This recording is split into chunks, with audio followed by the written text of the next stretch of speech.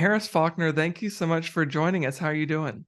Oh my goodness, so much better now that I'm with you. Oh, And we're going to talk about my favorite thing. So, faith still moves mountains. I mean, yeah, it's I'm moving one right now because we're together. I'm so excited to talk about this book. Obviously, so many people know you for your work as an anchor over at Fox News, but there's so much more to your story. Obviously, you're coming out with this new book, "Faith Still Moves Mountains: Miraculous Stories of the Healing Power of Prayer." Before we get into it, tell me what even sparked your interest in this. It's really basic. I talk with young audiences, commencement speeches this past June, about the idea that we all in our faith walk fall in and out of relationship with God over different issues at different times. Hmm. And that doesn't make us any less than in terms of the faith category, but it does make us human. And the Lord understands that. And I feel like right now, Trey, there are millions of people who are struggling with how to deal with what we've been through in the last 3 years and what to look forward to in the next few, because things are different now. We've learned that our children, many of them are far behind. I have two young girls, and it's taken a lot to get them back on track after the lockdowns in my state in New Jersey and here in New York. The East Coast, I mean, it shut down lights out. Don't ever believe Oh. them when they say the city that never sleeps. It does. And to the detriment really of our children. And so there's a lot of stress about that. And you take that to the Lord, and sometimes your prayers aren't answered right away. And I think people are feeling now, and they have expressed to me, and Gallup is looking at this through its survey, which it's been doing since 1952, and finding that people are losing their faith a bit, but they're really losing in the category of, does God intervene in our lives? And my divine assignment that I talk to young people about, when you're falling in and out of that faith zone with God, just remember, try to remember if you can, that we each have a divine purpose, a divine assignment from the Lord, and stick to it. You may Mm. be the only person in the room at times who can do what you do, whatever it is that you do. I'm called to be a witness. I was not called to prophesize and lead a flock, and I follow in that sense, but I am a leader in the field of communications. And the idea that over the years I've collected all these testimonies. And Trey, the light bulb just comes on after a while. It's like, well, wait a minute. I have been called to witness. People may wonder, well, how does a news anchor get into talking about her faith? Do those two things really go together? Well, in this sense, they do, because I have witnessed literal miracles through people's testimonies. I can pass that on. And Yeah. maybe their testimonies, like it does for you and me at times, to hear somebody revive. You ever be in somebody's company, you're in someone's company and they say, Trey or Harris, I had something happen to me and I leaned into the Lord and he leaned back into me. And you're like, yeah, that's right. And I haven't prayed in a little while. I'm gonna pray, and I'm gonna pray specifically. And then I'm gonna do the all important thing of listen and wait for God's timing. So I wrote this book because I truly, truly believe that we do that for each other. We share testimony and then we re-engage. And this, I hope, will be a re-engagement point for millions of people in America. Tell me when you mentioned this divine appointment, this divine calling from the Lord to be a witness. Tell me when you experienced that, when you knew beyond a shadow of a doubt that that's what the Lord was calling you to do. Well, I had a little help because my parents are very strong in their faith. And, most of us as children, that's where our faith comes from. Mom and dad taking us to church and explaining things. My father was at war more than once. He was a combat pilot in Vietnam, 2 tours. And it was my mom and me for a while when I was little. And as young as I can remember, probably about 2, maybe 3, mom taught me how to pray, what to say when you pray. You always show gratitude over anything that gives you sustenance, anything, whether it's your food, the people in your life who love you and support you. You praise and you thank the good Lord for all of those blessings. every day without ceasing.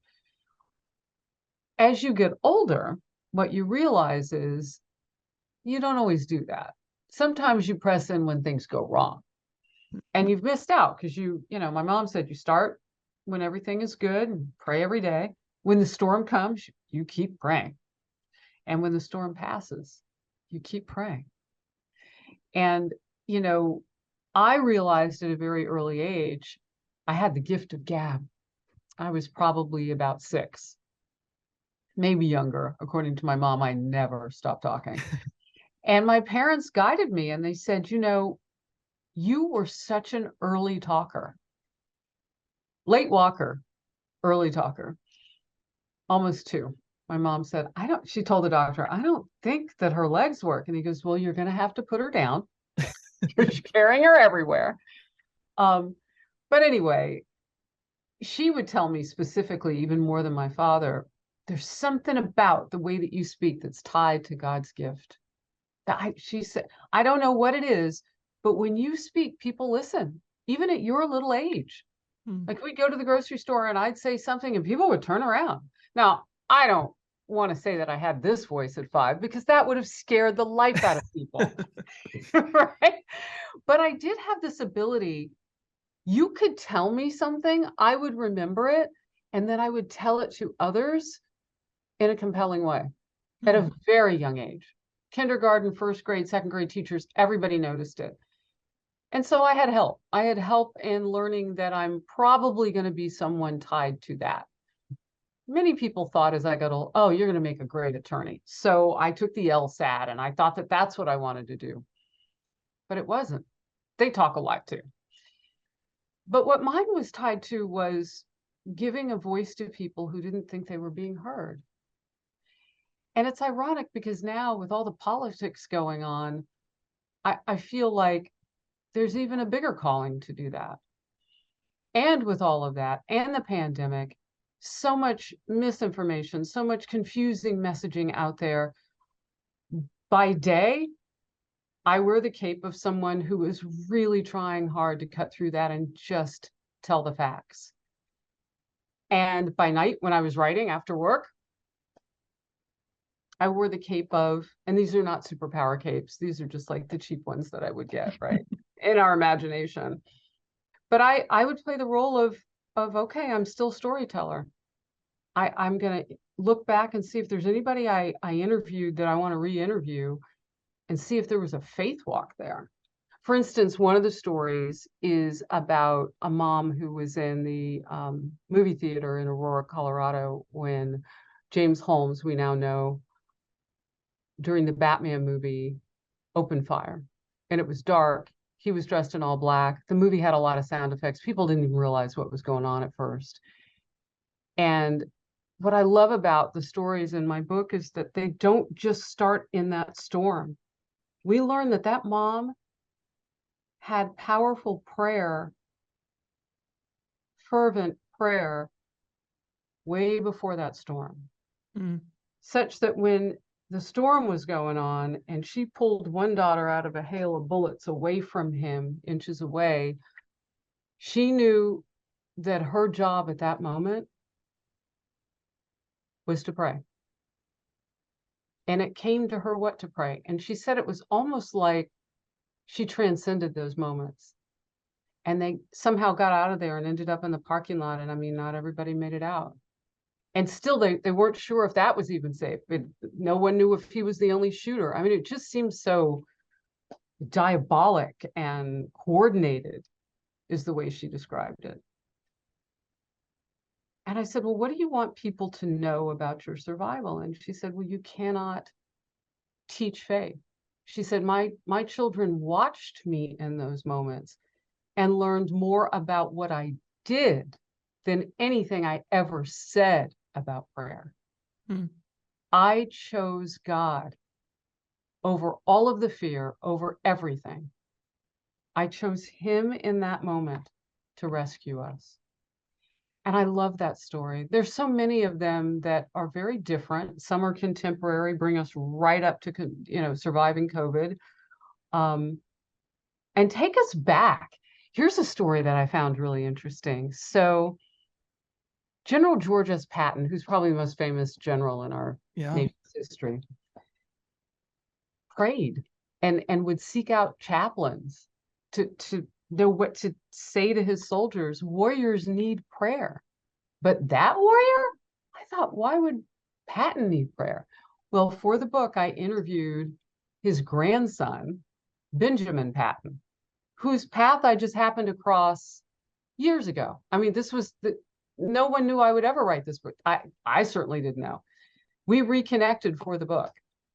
And I just can't wait for people to know about what's possible and about who it's possible for. Who needs God?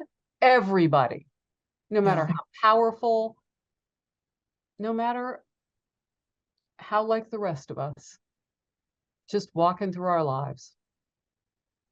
What was the process like in over your careers, being on the front lines, right? And you're seeing so many of these stories unfold, and you're balancing the job of being a journalist and also being a believer and seeing God move in these stories. How have you balanced that in your professional life?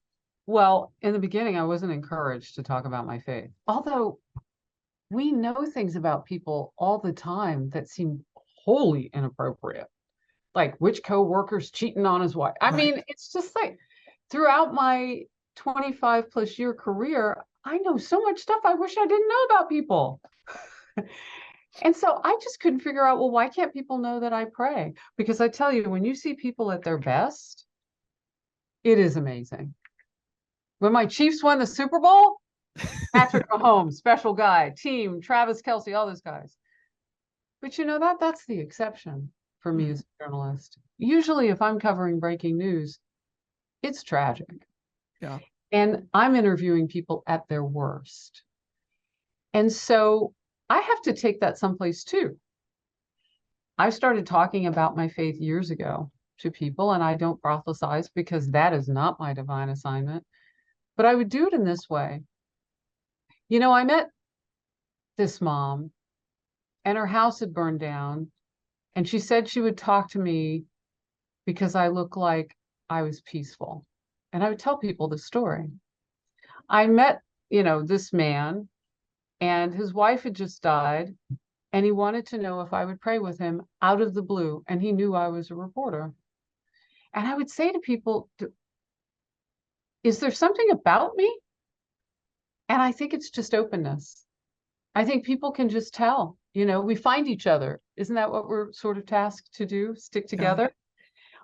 Which is one of the reasons why this book to me is important in this time. Coming out of the pandemic, there were places in this nation where they shut down the churches. California's an example of this, but they left the weed dispensaries open. So what Yeah. does it say about us? That when times get hard, it's okay for because there would have been a way to do that. I would have gone to church outside. Sure. Yeah, whatever it would have taken. And I Right. live where it snows. Um, I don't like what that says potentially about us. And Mm, and that is that there are a whole lot of things we're going to seek before we seek the Lord. And look, you don't have to be religious. This is not about religiosity. This is about what gets you through the toughest times and what you know to be unconditional love. That's what a relationship with God is. mm, And all he ever has expected is that we believe. Right now, I think it's hard for people to believe, as that Gallup poll has found, that people don't necessarily believe that God intervenes. They think something's there still in pretty high percentages compared to the early 1950s to now, but they're not sure he's doing anything. yeah. But Trey, there are miracles everywhere all around us. And I get to talk about some of those in the book and hopefully bloom in people's hearts this possibility that for them, for you, for me, there is a way to make mountains move. Faith isn't broken. We're not broken, but we do need the connection with the Lord to be whole. And then through our faith, still, we can move those mountains. One of the last questions I want to ask you, because I find the book fascinating, because I think you're absolutely right. Thank This is you. something that we so desperately need to know, that God is intimately involved, right? He's intimately involved in the world, and I think your book and the stories that you tell and the people that you interview share that. And I think another thing that the book highlights is the importance of finding community, and working together and relying on one another. And you know that firsthand because your husband is Jewish. Mhm. You are a Christian. Obviously, you're a biracial couple as well. Your Yep. We husband like is to mix white. it up. Right. I mean, you've got all of these things going, and we live in a world that's so divisive right now. So I think it's worth highlighting. So tell us a little bit about that balance. Well, that's such a warm and inviting question. I really, that touches my heart that you know that about me and my family. Um, I was raised to never underestimate being loved and loving others. That those are your most enriched moments on the planet. Doesn't have to be marriage, doesn't have to be children, but loving is amazing. And being loved is a divine gift. So that's all I ever really looked for in my friendships. And my mom used to joke, I mean, I was so wedded to my career because I really did believe I'm on a mission. When I laid that out, kind of how I see the cape in the daytime, no, it's not a superpower, but it is a mission. But when I met my husband, he celebrated me, Hmm. but not because of what I do for a living, because he was a reporter and a better one, quite frankly. I didn't get my first Emmy until I met my Tony. That's been a joke I've made a long time. His name is Tony. Um, but he celebrated this part of me that to this day, every now and then, it just, if I rest my mind on it a moment, it just gives me energy. He said, "You never give up." He said, "I know you were raised by a fighter pilot. You're a hail of bullets are coming in. I was a storm chaser for many years. I was jumping in ditches when tornadoes were coming, and photographers and I were doing crazy stuff and getting the story." He said, "But you never give up. You don't give up on us, the family. You don't give up on you. You just don't give up." And I've had mighty loss in my life. My father died Christmas Day, 2020. I had talked with Mm, him fewer than 12 hours before on Christmas Eve. And that was really hard. And it's still like it happened moments ago. And I lost my mom at Thanksgiving 4 years prior. So I really do feel like in the last 5 years or so, the ground has shifted under my feet. And so when you have loss, that balance in your personal life is even more important yeah. because they then have to remind me not to give up. Don't Mm, don't give up. Don't give up hope, mom. You are going to smile. It may be differently now because your mom and dad are gone, but you are going to continue on with being a communicator and a witness, and you are going to tell testimony. And my 15-year-old, especially, I have two daughters, Bella just reminds me, you know what? It's never too late to do something great. Remember, Grandma Shirley used to say that. So even if you have to sit down and be sad for a while, Mom, it's okay. mm, And that doesn't have a religion, that doesn't have a color. And I teach my children that we all love each other just for being who we are. My husband and I share in each other's worship a bit. I'm curious to know what support he needs. Our children are raised Christian, but they've been to bar and bat mitzvahs and Passover dinner and Sabbath and all of that. mm. We just had Yom Kippur and Rosh Hashanah, so they are aware of it. But they go to church with mom, and you know, I feel like I am birthing a faith walk for them that they will pick up and make their own. And I love that with that mom in Colorado in the theater among those hail of bullets, what she knew for certain that her children would learn about faith based on what she did. Yeah. And I hope my girls are watching me now tell stories and live out my divine assignment with other people's testimonies. Both girls are reading the book right now, and they don't have a lot of questions. They're just reading, and I hear them laughing sometimes when they get to parts that have hope. And there's one, the prayer closet, with Ernestine in Lee County, Alabama in 2019 when the tornadoes hit her town. And both girls just couldn't believe it. They're like, Mom, she just keeps thanking God and everything is destroyed. And Ernestine was known to have this laugh. And it was just, it's amazing to be able to tell those testimonies. So my balance at home seems normal and natural to me. But I do know that other people look at us and they wonder what's working for them, because they seem happy and healthy and go lucky. And then when things go wrong, they bounce back. How do they do that? I hope that's what they see, and they don't hone in on, oh, well, the mom is Black and the dad is, So that's how we try to live.